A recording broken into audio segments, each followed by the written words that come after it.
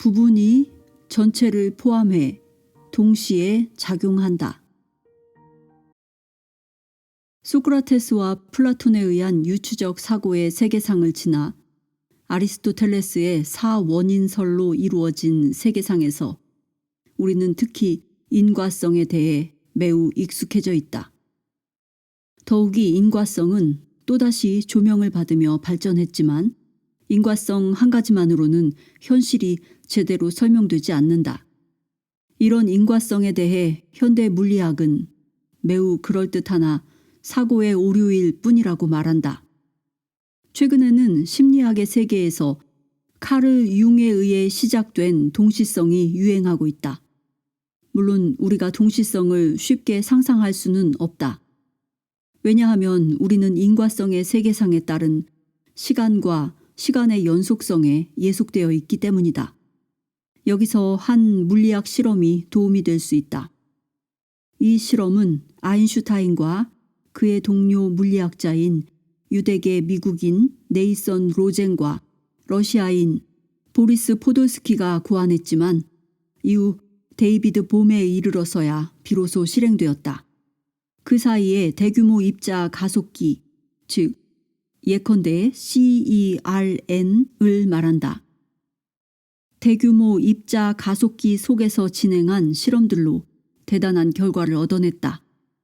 물리학자들은 오래전부터 광자를 제외한 모든 원자의 하부 밀입자가 이중 존재로 나타난다는 걸 알았다.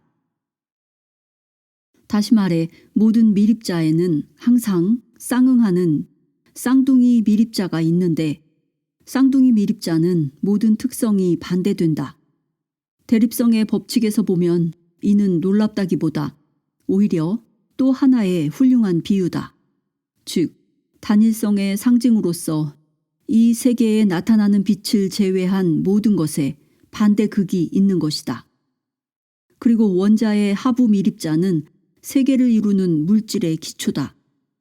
세계의 대우주 영역에서 빛은 비록 그림자를 던지지만 우리가 파악할 수 있는 하부 밀입자의 공간인 최소의 소우주에서는 자신의 진정한 존재를 드러낸다. 빛은 대립극이 없다. 이제 밀입자의 근원에서 두 개의 쌍둥이 밀입자가 분출되는데 이를 입자 가속기 속에서 반대 방향으로 돌리면 밀입자 중 하나가 영향을 받아 특성이 변할 수 있다. 그러면 다른 한쪽의 밀입자도 어떠한 힘을 가하지 않았음에도 같은 순간에 똑같이 특성이 변한다.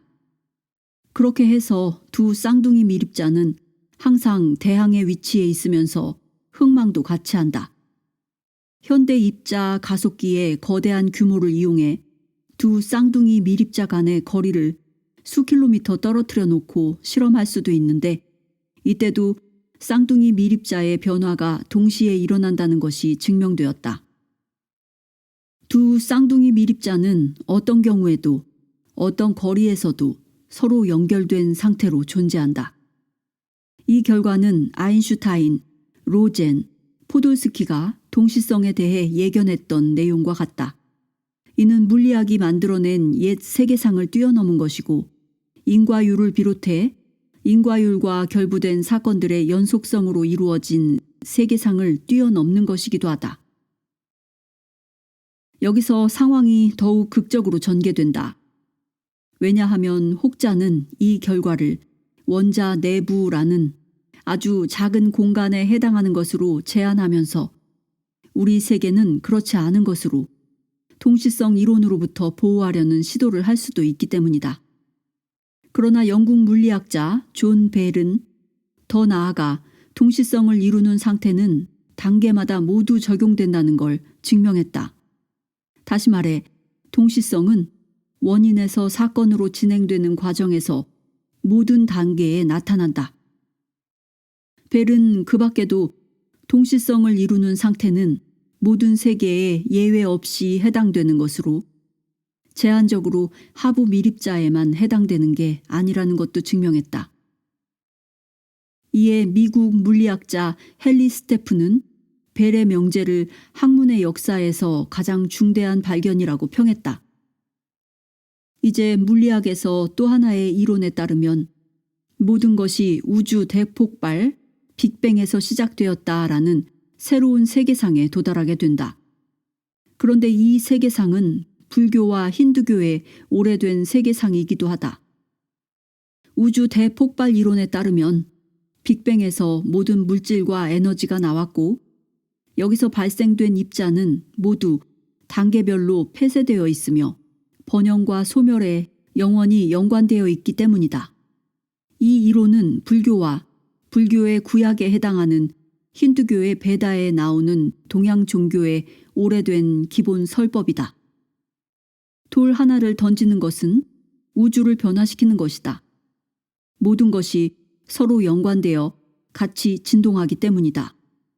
바로 이 부분에서 현대 물리학과 동양의 전통 종교 사이에 존재하는 기막히고 마법과도 같은 연관성이 있다. 과거 물리학자들의 이온화 현상 관찰 기구 속에서 미립자가 생성되었는데 미래에도 역시 그렇게 된다. 그리고 미래에서 현재로 영향이 되돌아온다. 이른바 시간의 축이 뜻밖에도 순환하는 원으로 바뀐 것이다. 그리고 순환하는 원은 우리의 제한된 이성이 만든 상상 속 모델에 지나지 않는다. 아인슈타인 이후로 우리는 시간이 상대적인 것이며 이 우주에 똑바른 직선이 결코 존재할 수 없다는 일반 상대성 이론을 안다. 우리는 공간이 휘어 있고 검은 구멍 속에서 물질과 더불어 시간도 삼키는 현상이 발생한다는 말에 놀라움을 금치 못한다. 물리학자들은 미립자 바다에 관해 말한다. 이는 한 방울의 바닷물에 모든 바다가 포함되어 있다는 얘기다. 이 이론을 명상 요가 수행자 아난다 마이가 한층 시적으로 표현했다.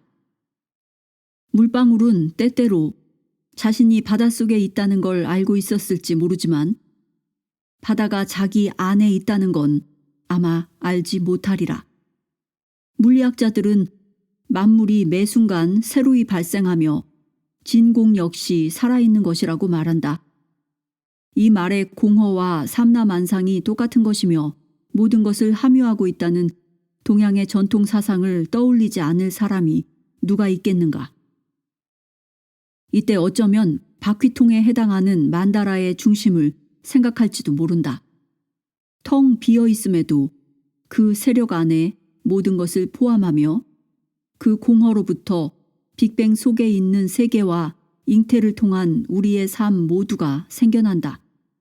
아니면 매 순간 모든 것이 새로이 발생을 거듭하고 우리는 끊임없이 재탄생한다고 상상할 수도 있다. 그러므로 매 순간 낡은 걸 버리고 새 것을 허용하는 기회가 있다. 물리학자들이 말하는 미립자 바다는 인도의 신화에서 하늘의 신 인드라와 그가 가진 진주 그물을 떠올리게 한다. 인드라의 진주 그물은 만물을 다차원으로 덮으며 각각의 진주마다 모든 다른 것들이 들어있다. 비록 우리가 대립성에 엮여 있는 한 그 상태를 쉽게 상상할 수 없다 할지라도 말이다. 화엄경 아바탐사카 수트라에는 한 순례자가 진주 그물 속에서 살았던 경험을 이야기하는 대목이 나온다. 이 탑의 내부는 널찍하고 훌륭한 장식으로 꾸며져 있었다. 이런 탑이 수십만 개가 있었는데 모든 탑이 중앙탑과 마찬가지로 하늘처럼 넓은 공간이 아름다운 장식으로 꾸며져 있었다. 그리고 헤아릴 수 없이 많은 탑이 모두 서로에게 방해되지 않은 채 서 있었다. 각각의 탑이 다른 탑들과 완벽한 조화를 이루어 개별적 존재성을 유지하고 있었다. 어느 탑에든 들어갈 수 있었고 개별적으로나 집합적으로나 서로를 전혀 방해하지 않았다. 탑들은 완전히 섞여 있는 상태임에도 완벽한 질서를 이루고 있었다. 모든 것이 하나의 탑 속에 포함되어 있고 각각의 탑이 모든 것을 포함하고 있었다. 이 모든 탑뿐만 아니라 각각의 탑 속에서도 선제 동자 수다나는 자기 자신을 볼 수 있었다. 선제 동자의 경험을 이해하는 데 도움이 되는 기술적 도구가 바로 레이저 빛을 이용한 홀로그램 사진 기술이다. 홀로그램도 각 부분마다 전체를 포함하고 있고 항상 모든 것이 동시에 보인다. 다만 우리가 대립성에 의해 순차적인 순서에 묶여있는 관계로 다른 대상을 인식하려면 시각을 얼마간 변화시켜야 할 뿐이다. 사람의 뇌도 매우 비슷한 구조로 조직되어 있는 것 같다. 사고를 당했을 경우 뇌의 각 부분이 다른 기능을 넘겨받아 부분적으로 대체할 수 있다는 사실이 이미 오래전부터 알려져 있었기 때문이다. 현대 카오스 연구를 통해서도 위의 언급이 더 이상 초자연적이고 신비로운 것이 아니라는 결과를 얻어냈다. 각각의 부분이 전체를 포함한다는 건 이른바 만델브로 집합에서 뚜렷하게 드러난다. 이런 경향은 소우주의 작은 세계에서도 대우주의 큰 세계에서도 똑같이 나타난다. 우리는 이론적으로 나비 한 마리의 날갯짓이 지구 반대편에 회오리를 일으킬 수 있다는 소리를 듣고 몹시 놀라워한다. 이 이야기는 단순히 무서운 회오리가 생성된다는 설명이 아니라 부분이 전체를 나타내는 파르스-프로토토 법칙으로 알려진 매우 오래된 인식에 다가가는 과정이 새로이 열린다는 뜻이다. 모든 것이 모든 것과 연결되어 있다. 어느 때든 어디서든. 부분의 법칙, 전체의 법칙. 결국 부분이 전체를 말한다. 파르스-프로토토 법칙이란 각각의 부분 속에 전체가 있으며 그것이 식별될 수 있다는 것을 말한다. 이 법칙은 무척 간단하고 전혀 볼거리가 없는 법칙이다. 자연과학의 발전으로 생겨난 이해가 유전자 공학이기 때문이다. 100년 전만 해도 얇게 떠낸 작은 피부 세포 속에 인간의 모든 정보가 들어있다고 말했다면 당연히 미쳤다고 했을 것이다. 하지만 오늘날 이것은 삼척동자도 다 아는 사실이다. 또 귓바퀴 속에서 사람 전체를 인식할 수 있다는 사실을 적어도 침술사들은 알고 있다. 발의 반사작용을 연구하는 사람은 사람 전체를 발가락을 통해 인식하고 눈동자의 홍채를 연구하는 사람은 홍채 속에서 사람 전체를 인식하며 티벳의 의술에 심취한 사람은 맥박이나 혀를 보고 사람 전체를 인식한다. 어떤 이는 손금으로 그 사람 전체를 알아보고 글씨를 연구하는 사람은 글씨체에서 그 사람 전체를 알아본다. 또 다른 이들은 삶을 거머쥐는 손에서 사람 전체를 인식하거나 삶을 딛고 서는 발에서 사람 전체를 알아보기도 한다.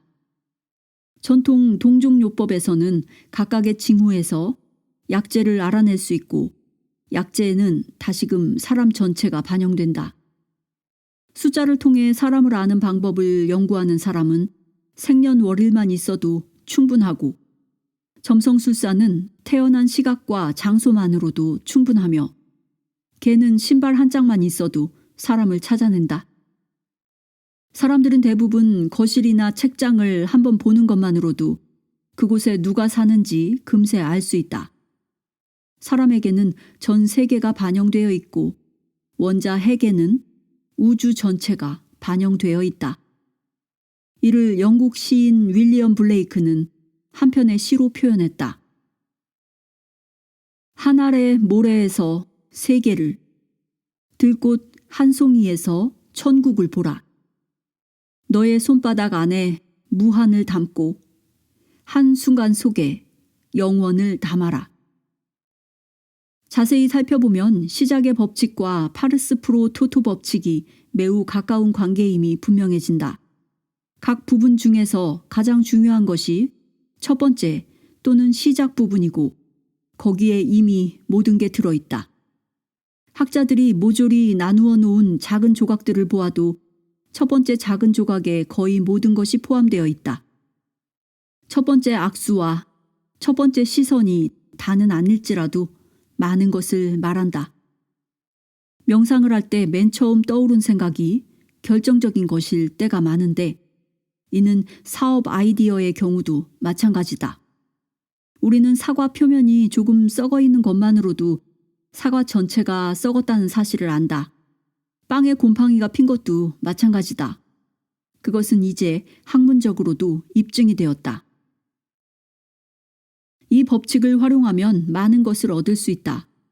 즉, 유기체의 각 부분을 우아한 방법으로 쉽게 치료할 수 있고 또 당장 수술하지 않고도 좋은 효과를 볼 수 있다.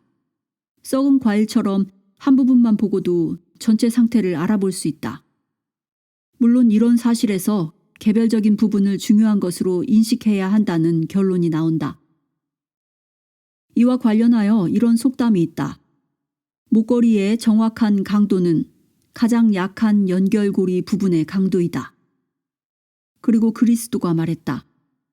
네 형제 중에서 가장 약한 자에게 한 행동이 바로 네가 나에게 한 행동이다. 미립자 바다와 원자의 중심에 관련된 다음 글은 현대 물리학 지식의 산물로 나온 나의 책 사람과 세계는 하나다에서 발췌한 것이다. 인용글에서 미립자라는 단어를 사람으로 대체할 수 있다.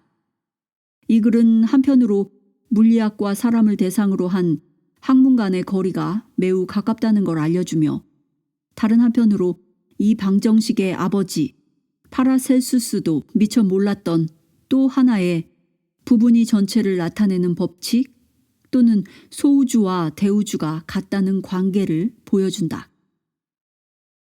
각 미립자는 다차원의 패턴 속에서 각자 자신의 고유한 중심이다. 그리고 어떤 것도 다른 것보다 더 중요하지 않다. 모든 것이 서로 연관되어 있고 각각이 다른 모든 미립자들과 다른 고유한 기능이 있다. 각 미립자는 다른 미립자들과 같이 내부에 섞여서 존재할 수 있다. 각 미립자는 커다란 패턴 속에서 일시적인 자리를 가질 수 있고 어디에든 존재할 수 있으며 또 다른 미립자들과 자리를 교환할 수도 있을 것이다. 물론 다른 미립자 속을 지나갈 수도 있다. 그런 변화가 있을 때마다 미립자는 완전히 새로운 미립자로 다시 생겨나기 위해 파멸한다. 각 미립자는 자신과 완전히 일치하면서도 모든 면에서 반대되는 대립극도 있다. 미립자는 자신의 그림자와 함께 완전한 전체가 되어 모든 외적 영향에서 벗어난다. 미립자는 항상 이 그림과 함께 나타나며 결코 그림자를 떼어놓을 수 없다. 미립자는 다른 미립자와의 관계보다 그림자와 더욱더 밀접한 관계를 이룬다. 모든 것을 고려해보면 미립자는 결코 독자적인 존재가 아니라 다른 미립자와의 관계 속에서만 존재를 생각할 수 있다. 한 미립자는 다른 미립자들을 포함하고 다른 미립자들은 한 미립자를 포함한다. 각각의 사람이 자기 자신의 중심이라는 것은 우리의 경험과도 일치한다. 어느 누구도 자신보다 중요할 순 없다. 그러면서 우리가 서로 연결되어 있고 기능이 서로 다르다는 점은 사람을 정치적 동물, 즉 사회적 동물로 공동체 내에서 행동하며 발전하는 존재라고 규정한 고대 그리스인들도 이미 알고 있었다. 우리가 서로에게 강하게 의존한다는 것은 타인의 보살핌이 없으면 어린 아기가 죽는다는 사실이 알려준다. 성관계가 없을 때 한 세대만 지나면 인류가 멸종한다는 건 너무도 자명한 사실이다. 사람이 남과 더불어 존재한다는 것은 무엇보다 고대인들의 사고방식과 일치한다. 고대인들은 죽은 조상들이 마음속에 계속 살아있다는 관념, 다시 말해 조상들이 우리와 늘 함께 있다는 생각을 당연한 것으로 받아들였다. 현대인들도 겨우 4세대만 거슬러 올라가도 모두와 친척 관계에 있다. 누구에게나 부모 2사람과 조부모 4사람이 있고 증조부만 해도 벌써 8명이 된다. 여기서 좀 더 거슬러 올라가 4세대만 더 거쳐도 16명과 친척 관계가 되고 5세대를 거치면 32명과 친척이 된다. 이런 식으로 계속 거슬러 올라가 보자. 128명, 256명, 512명, 1024명, 2048명 이렇게 33대만 거슬러 올라가도 우리는 85억 명과 친척 관계에 있다. 물론 오늘날 세계 인구보다 훨씬 더 많은 숫자다. 여기서 또 13대를 더 올라가면 이론적으로 8조 7천억 명과 친척이 된다. 따라서 우리가 꽤 급속도로 이미 사망한 사람들을 비롯해 생존해 있는 사람들과 친척이 된다는 걸 알 수 있다. 아래 그림을 보면 한눈에 알아볼 수 있다. 이 그림에서 개개인을 꼭대기로 치면 곧 공통된 기반이 분명해진다. 이 그림은 우리의 의식 상태를 이해하는 데에도 활용할 수 있다. 꼭대기에 있는 각 개인은 물론 고유한 자신의 의식을 가지고 있으며 그 밑으로 소그룹으로 나뉜 가족 의식이 존재한다. 그 밑으로 다시 대가족 의식이 있고 또 그 밑에 일종의 혈족 의식이 깔려 있다. 거기서 한 차원만 더 내려가도 융이 집단 무의식이라고 말한 한 문화의 범위 내에서 사람들이 공통으로 가지는 의식 차원에 이르게 된다. 인도인들은 여기서 한 걸음 더 깊이 들어가 이른바 아카샤 기록에 도달한다. 이 차원은 모든 의식과 함께 아직도 여전히 발견 상태에 있는 삼라만상에 대한 지식을 포함하는 영역이다. 아카샤 기록은 어마어마하게 진보한 세계상을 지니고 있다. 어떤 경우 현대 물리학의 배경보다 훨씬 앞선 세계상이다. 이처럼 우리도 의식 영역에서 다른 모든 사람들과 급속하게 연결되어 있다. 이 상관관계는 계속 더 확장되고 더 깊이 들어간다. 우리는 당연히 모든 생명체와 연결되어 있기 때문이다. 의학자들과 생물학자들은 개체와 계통 발생이 매우 광범위하게 일치한다는 사실을 안다. 다시 말해 우리 각자는 인류라는 종의 다양한 발전 단계를 다 가지고 있고 부분적으로는 다시 한번 발전 단계를 거친다. 우리는 난세포, 즉 양수 속에 있는 단세포 생물에서 시작한다. 따라서 이 관계의 상황에서 보면 오늘날에도 누구나 다 캄브리아층, 즉 고생대의 가장 오래된 지층 시대, 태고의 바닷속에 있는 것이며 바다에서 나와 육지의 생활로 나아간다. 또 우리가 다른 생물과 매우 밀접한 관계에 있다는 사실은 생물들의 태아 발생기 단계가 매우 유사하다는 것으로 분명해진다. 약 5억 년 전 생물이 최초로 육지로 나오면서 그때까지의 생활 공간이었던 물을 세포 속에 깨끗한 상태로 담아 지니고 나왔다. 우리가 한때 수중 생물이었다고 보는 이유는 사람의 척수 형성과 발모가 헤엄을 치는 수중 생물의 것과 똑같기 때문이다. 사람은 태어나자마자 또는 육지에 상륙하자마자 파충류처럼 배를 땅에 대고 기어다니다가 이후 네 발로 걷는 동물 또는 포유류의 험난한 과정을 거쳤다. 그리고 아둥바둥 일어나 눈앞에 보이는 주변을 정복하기에 앞서 우선 힘을 모아야 했다. 결국 현대의 우리도 뒷다리로 서는 과정을 거쳐야만 한다. 갓난아기는 모두 사람이 되기 위한 결정적인 행동인 걸음마에 성공해야 한다. 똑바른 직립 자세가 없으면 동시대인이 요구하는 올곧음도 존재하지 않는다. 올곧음이란 육체와 정신이 서로 결속되어 있다는 뜻으로도 볼 수 있다. 사람이 똑바로 걷는 과정을 배워야 한다는 사실은 올곧음이 자연적으로 주어지는 것이 아니라 육체적으로나 정신적으로나 애를 써서 얻어야 한다는 뜻이다. 언제든 지금의 자리를 떠나 다른 자리로 바꿀 수 있다는 것은 오늘날에도 용감한 사람들이 보여주는 행동으로 세간의 주목을 받는다. 하지만 극히 평범한 생활을 하며 눈에 띄지 않으면서도 늘 완전히 새로운 상황에 적응해야 하는 사람들도 역시 자리를 바꾼다. 그리고 말 그대로 접시 닦기에서 백만장자가 된 사람이나 매우 능력이 뛰어난 CEO들도 언제든 자리를 바꾸는 보편적인 잠재력을 보여준다. 사람이 완전히 새로 태어나는 선택사항은 몇 안 되는 사람에게만 일어나는 일이다. 하지만 많은 사람들이 어떤 특정한 사건 이후에 자신이 새로 태어났다고 느끼기 마련이다. 또 정신적 해방감을 얻은 사람은 어떤 특정한 시간이 되면 매 순간 완전히 새로 태어난 것 같은 느낌을 경험한다고 한다. 그림자 체험은 융의 심리학과 재생치료에서 발전한 질병 징후 치료에서 핵심이 되는 부분 중 하나다. 나는 수십 년간 그림자 체험을 유일한 심리치료 방법으로 사용해왔다. 이 방법을 통해 자신의 무의식 또는 그림자를 해명하고 의식화하고 떠나보내는 과정을 거쳐 진정한 해결에 이른다. 실제로 자신의 그림자를 의식 속에 포함시킬 때 비로소 사람이 완전해진다. 그 이후로 외적 영향이 사라진다는 것이 논리적일 수밖에 없는 이유는 그림자를 포함함으로써 투사로 인해 생기는 고통이 없어지기 때문이다.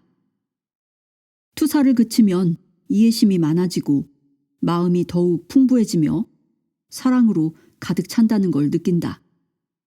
그리고 그런 경험이 다음으로 이어지는 그림자를 포함하는 행위를 조금씩 더 수월하게 해주며 변화의 과정을 신뢰할 수 있도록 한다.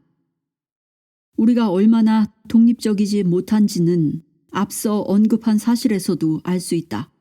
즉, 우리 모두는 이미 4살 전에 프로그래밍이 완성되며 그것도 예외 없이 타인에 의해 이루어진다는 사실이다. 그러나 한편으로 로빈슨 크루소는 인간이 완전히 혼자 산다는 것이 얼마나 끔찍한 일인지를 생생하게 묘사하고 있지 않은가? 모든 것이 넘쳐나는 과잉의 시대에 많은 사람들이 호젓한 섬에서 살기를 꿈꾸지만 장기간 혼자 사는 걸 견딜 수 있는 사람은 거의 없을 것이다.